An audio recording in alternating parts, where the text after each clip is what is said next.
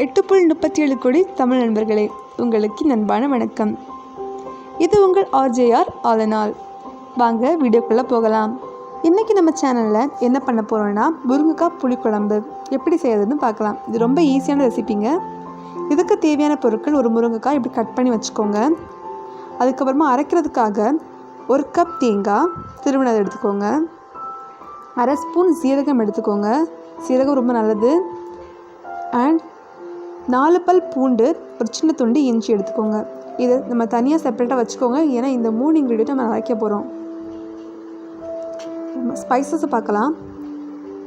மிளகா பொடி, மஞ்சள் பொடி, உப்பு, மல்லிப்பொடி, தாளிக்கிறதுக்காக கடுகு, கருவேப்பிலை, வெங்காயம், பச்சை மிளகா. நல்லெண்ணெய் எடுத்துக்கோங்க.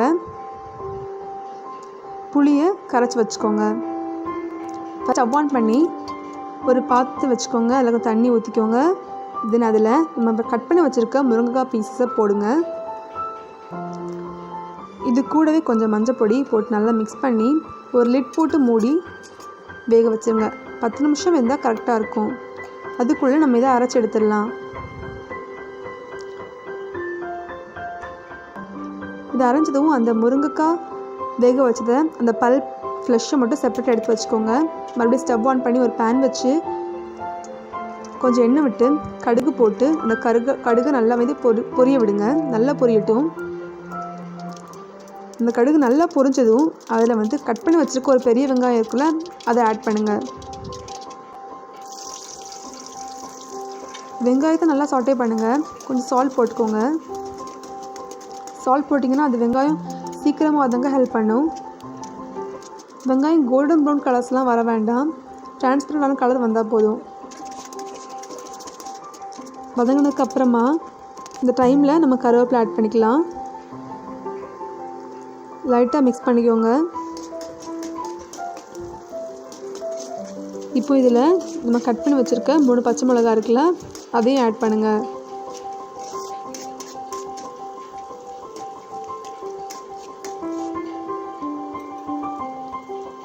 பச்சை மிளகாய் ஆட் பண்ணிட்டோம். இப்போ நம்ம நல்லா மிக்ஸ் பண்ணலாம். நல்லா ஸ்டர் பண்ணி விடுங்க.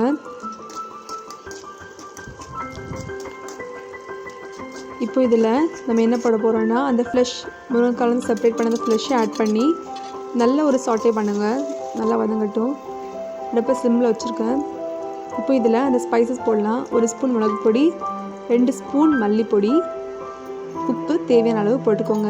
ஏன்னா மஞ்சள் பொடி நம்ம முருங்கை வேக வைக்கும் போதே நிறைய போட்டோம், அதனால் இப்போ மஞ்சள் பொடி ஆட் பண்ணல. நல்லா மிக்ஸ் பண்ணுங்கள். எல்லா இன்க்ரீடியண்ட்டும் ஒன்றா கலரணும். இந்த மாதிரி நல்லா மிக்ஸ் பண்ணதுக்கப்புறமா அரைச்சி வச்சுருக்க கோகோனட் பேஸ்ட் இருக்குல்ல, அதை ஆட் பண்ணிக்கோங்க. இப்போ நம்ம இந்த ரெசிபியோட முக்கியமான ஸ்டெப் வந்துட்டோம். இப்போ நம்ம மிக்ஸ் பண்ணுறோம்ல, இதுதான் இந்த டிஷ்ஷுக்கு முக்கியமான ஸ்டெப்னே சொல்லலாம். இதில் நம்ம கரைச்சி வச்சுருக்க புளியை ஆட் பண்ணிக்கோங்க. தென் முருங்கை வேக வைக்கும்போது அந்த தண்ணி இதையும் ஆட் பண்ணுங்கள். ஃபைனல் ஸ்டெப்புக்கு வந்துட்டோம். இது நல்லா பாயில் ஆகணும். பாருங்கள், பாயில் ஆக ஆரம்பிச்சிட்டு உப்பு கரெக்டாக பார்த்துக்கோங்க. அப்புறமா சர்வ் பண்ணலாம். டிஷ் ரெடி ஆகிட்டு. இன்றைக்கான டிப் என்னென்னா, வேக வச்ச தண்ணி மிச்சம் இருக்குது.